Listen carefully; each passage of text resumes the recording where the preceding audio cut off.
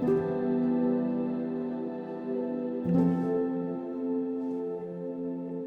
you speak any other? Do you speak Yes, any I indigenous? do. Oh, so Yes, did I you want do. to introduce yourself in your language?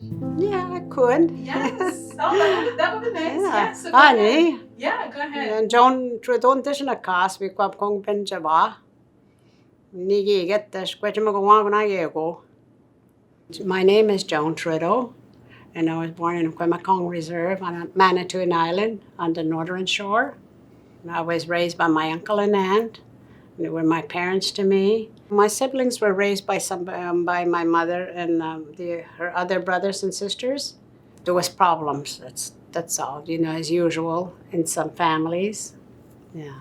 And I was raised alone with my uncle and aunt, and they didn't have children of their own.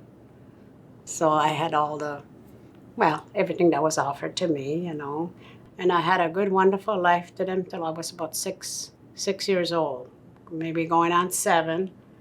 And then after that, the love and it just wasn't there anymore when I was taken away, go to the residential school. It's in Spanish Ontario. Everything was taken away from me. The loving home, the whole works. At that time, what I can remember, I was going to another little school, a little red schoolhouse. It's called on the island, outside of Wiki. It's not on outside of the reserve, like. And next thing I know, I don't remember that part. I remember was being in the car, being taken away, and then I guess I will not guess, but they said to me, "Oh, you're going to go to a place where you're going to have apple pie. You're going to have good." I guess that's what the people were telling them from what I'm guessing, because how would they know? I don't know. And then, so next thing you know, I was in this big room, big library. Everything was dark and colored books and just waiting in this big room after they took me out of the car. I was just small, taken by the hand. I remember that, with this nun coming over to get me and brought me a little sandwiches and then took me upstairs, which I was scared and I didn't know what was happening. Everything was so dark in that room, although there were lights, but little lights. And I just remember looking at the books and books. I don't remember too much because so much has been going on, and I was kind of in a, where's my mother and my father? My mom and dad, I used to call them Papa and Mama. And I didn't know what was happening. So my mind was just can't remember that well. But I vaguely, as I got older, of different things, just like flashes, of different things, and meeting the kids like me in the residential school. And it was like I guess I was in shock, not knowing what was happening when I was first brought there. And I had to get used to it. Just the love of a family was not there anymore. Everything was taken away. Everybody was scared. Everybody was quiet. We all had to be quiet, only talk when you were permitted. If we spoke our language, we would get the strap. It was a black belt. It looked like a horse. It's a wide belt. And we would get that if she caught us. She was a lip reader. She didn't hear us, but she was sitting there, she was watching at me. I didn't know any of that stuff. So I learned to keep quiet. We tried to talk to some girls that were there. I remember that. That's when they started saying, "Don't talk like that." He says, "You can't talk our language." We're whispering, and I said, "Oh, why?" I didn't know. And then some of them got into trouble. They got strapped.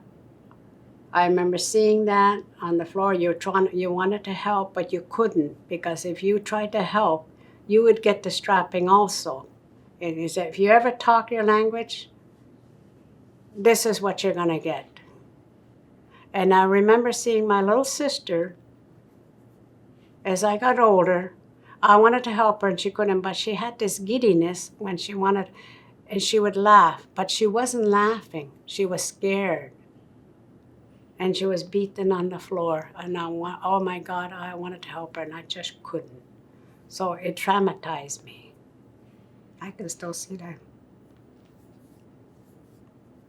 in my mind.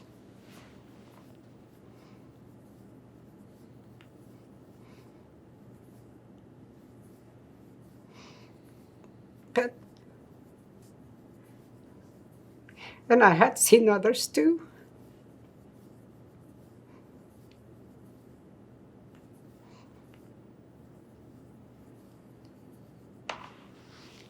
Sorry.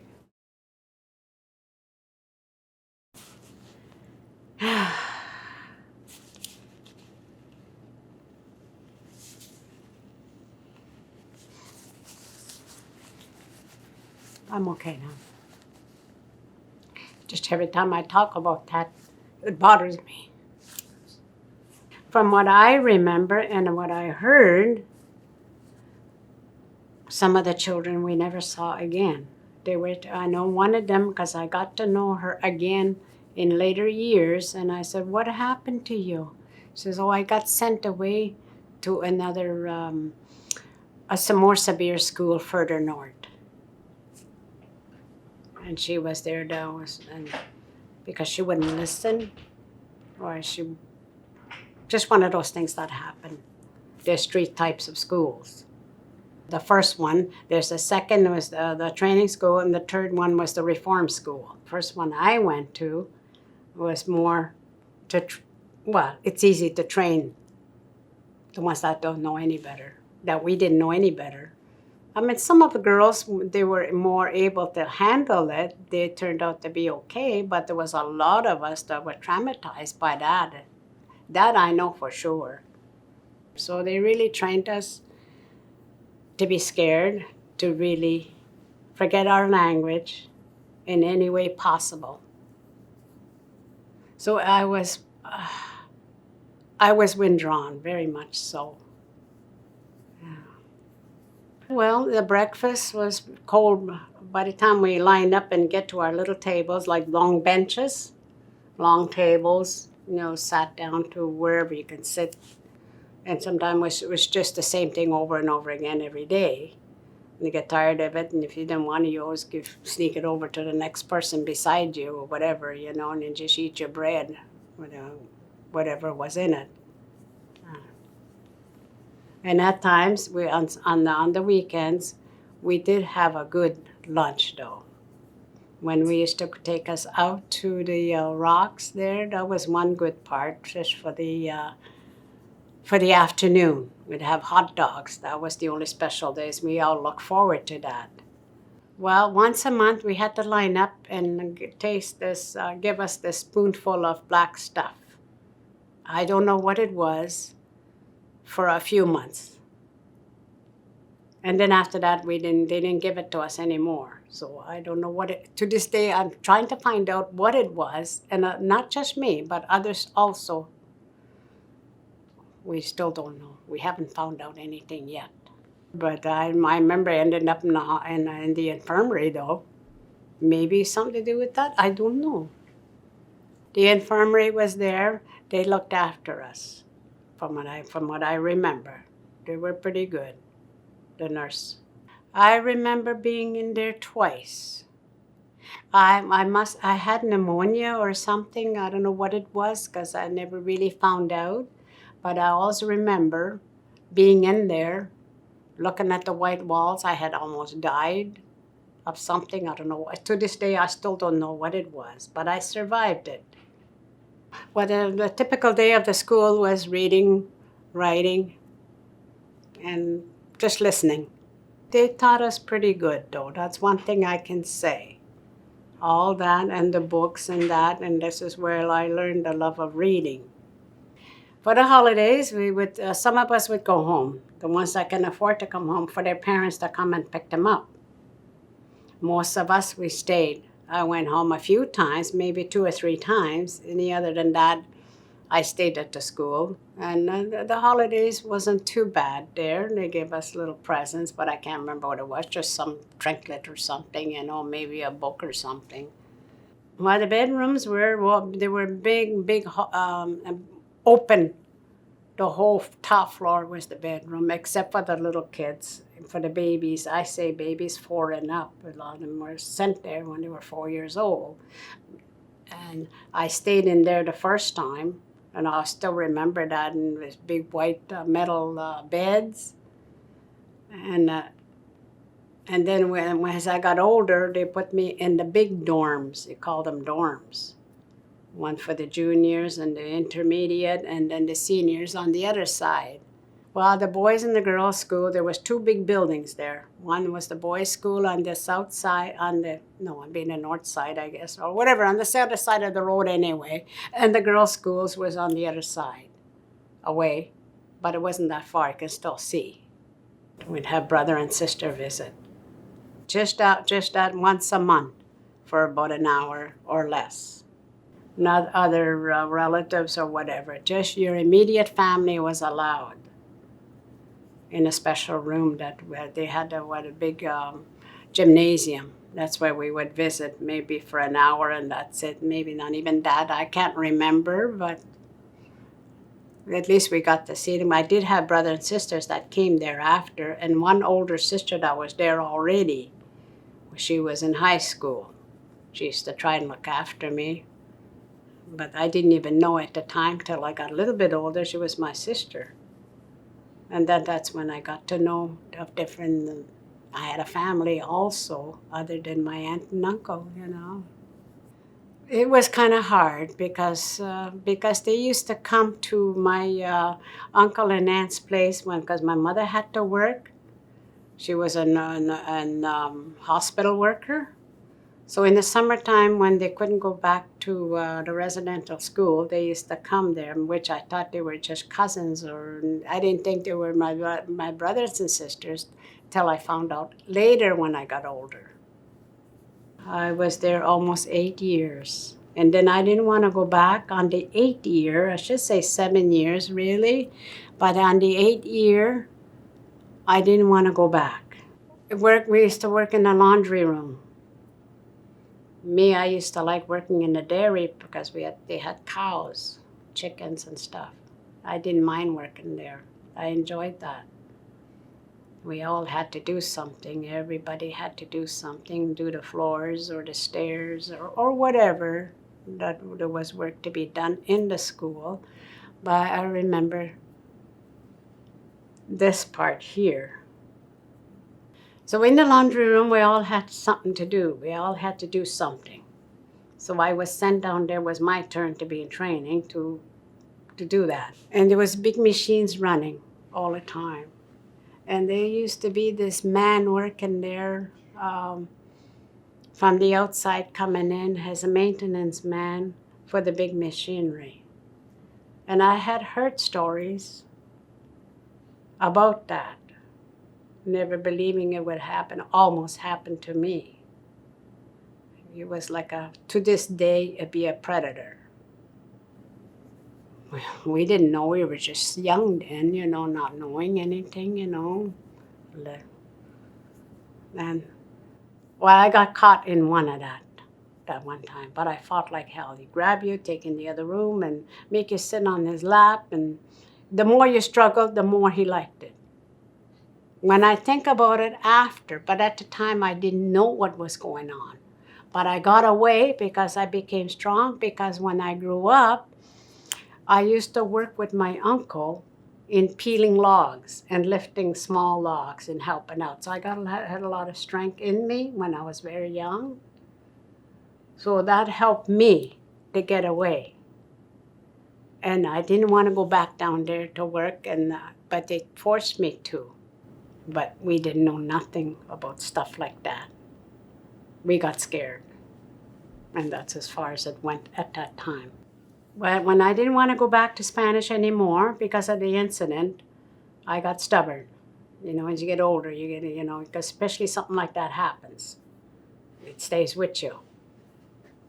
Just I don't know, the feeling was just some terrible, you know. Although I didn't know nothing about sex or anything, you know. And I felt something when I was struggling. It gave him whatever it was. And that helped me for the rest of my life. But anyways, then I didn't want to go back. The last year that I was there, because that's when all that happened, I couldn't say nothing to them. I just said, I don't want to go back there anymore. I'm not going. I couldn't tell them what happened. It just was that you just couldn't. So they said, okay. I went to school, the day school in Wiki, for a few months, and then they're not guessed, but I was reported, and the children came looking for me, and they found me, and they brought me back. They brought me to, I remember going to court on the big room with my mother, with my real mother. She tried to talk, but they told her to sit down and not just shut your mouth, you know. I always remember that. So they put me in the car the next morning, get her ready. We're gonna take her. I didn't know what was going on. I thought it was back to Spanish. I said, oh no, you know. But anyways, as it happened, it was a long trip, and I ended up in Toronto to a training school. And I was locked up for 18 months. We were very more stricter than what it was in Spanish. Spanish was a little bit more freedom.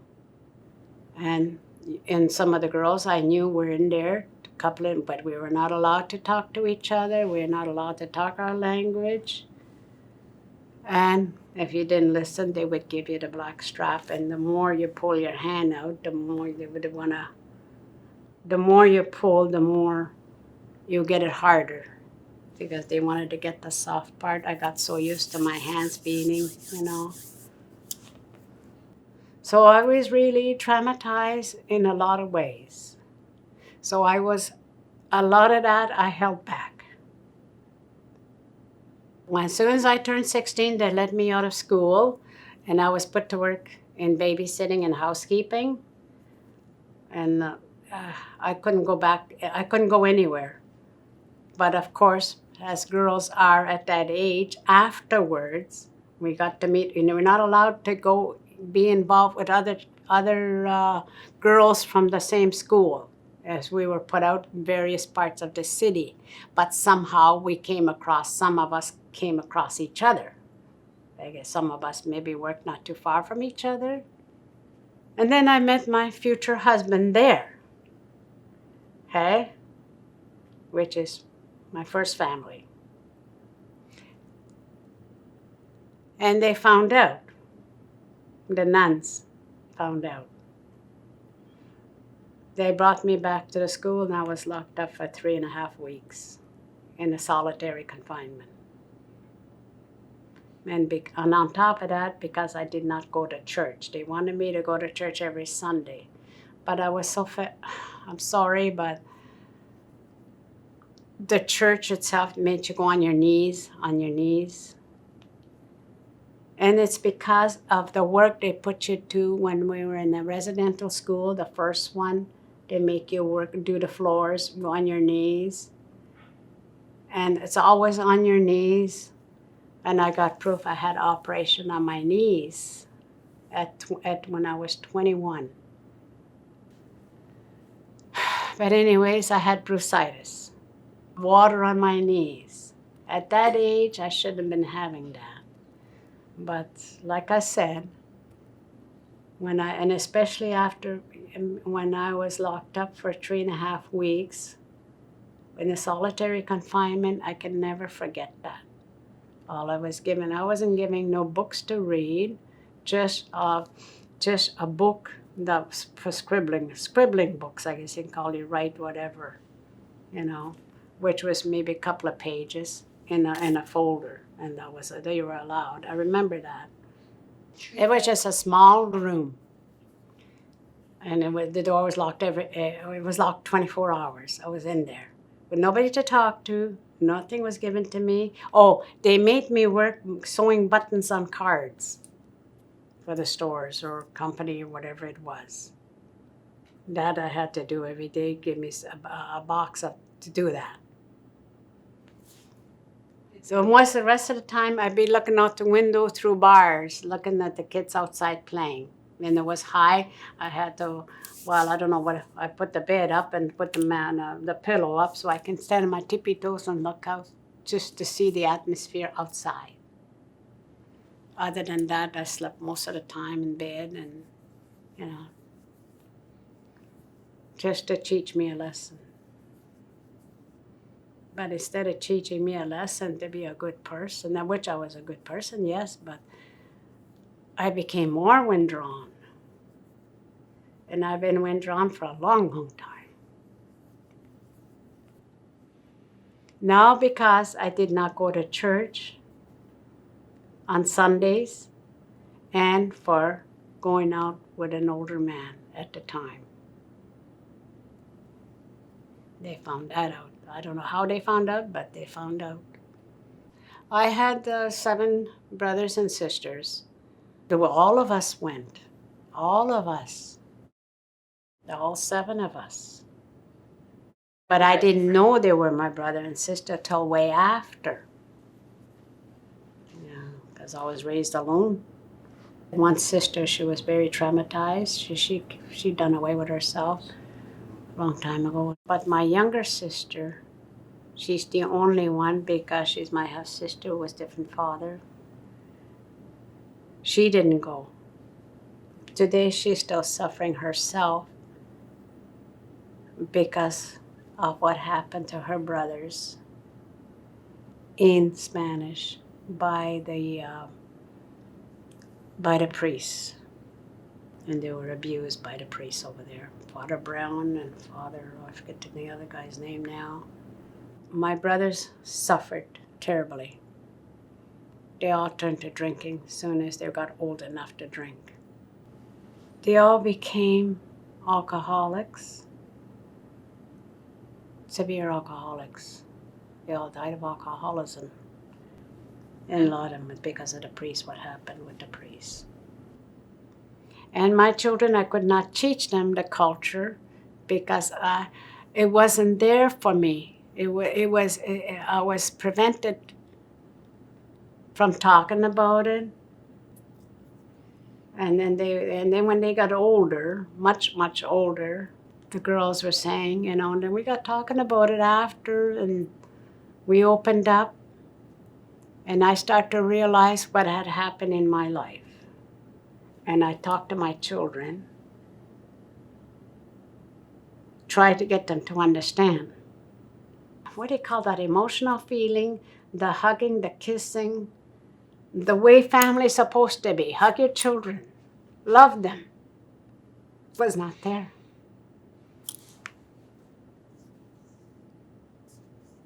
That's the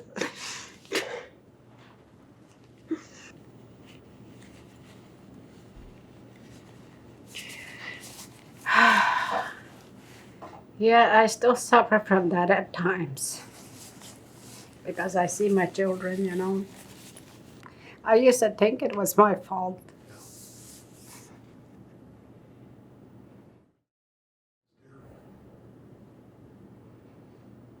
I wasn't trained to be a mother, or I wasn't taught anything for home, to be a loving parent.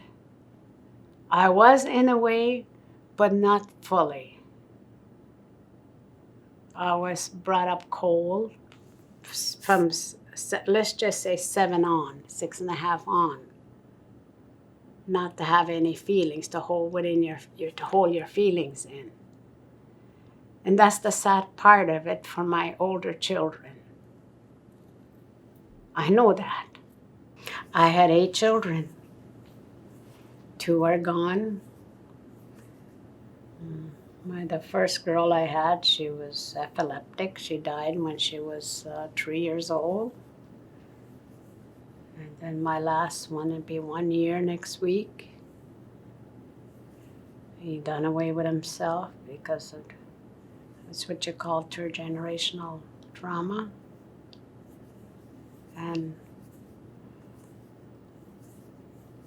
But most of my children are doing pretty good. They're understanding now because we've talked about it. I've talked to them about things, and some of them are kind of closed up still. I know my older one is still closed up about it. Doesn't want to talk about it, doesn't want to know nothing about it. I know it still affects him, but he's trying. I can see that. My other girl, she's still a little bit traumatized by it. I can see that. So I talk to her. My relationship with I have 3 marriages. From one to the other, they were just being married, that's all. My first husband he himself was traumatized by World War II overseas. So the two of us clashed,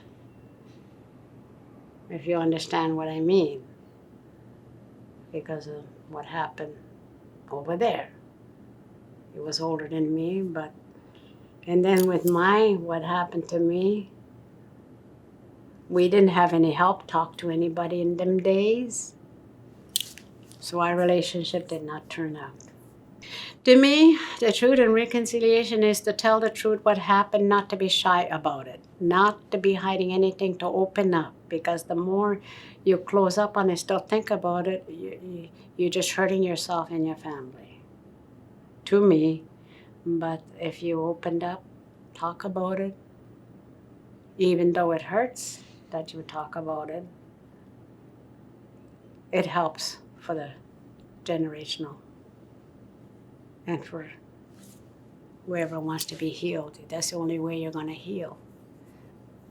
So with all this happening, I hope people can understand us, and as a culture itself, we are still fighting for our rights, and they are still trying to suppress us. I just want everybody to understand, excuse me, understand what happened in the past is not our fault, and to learn, not just from me, but from others, what happened to a lot of us. And hopefully it doesn't happen again.